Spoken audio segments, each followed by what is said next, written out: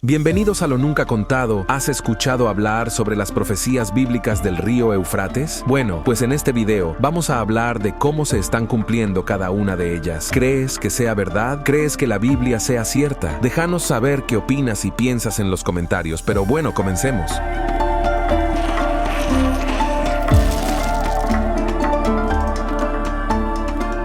Número 1. El río Éufrates es el río más largo de Asia Occidental.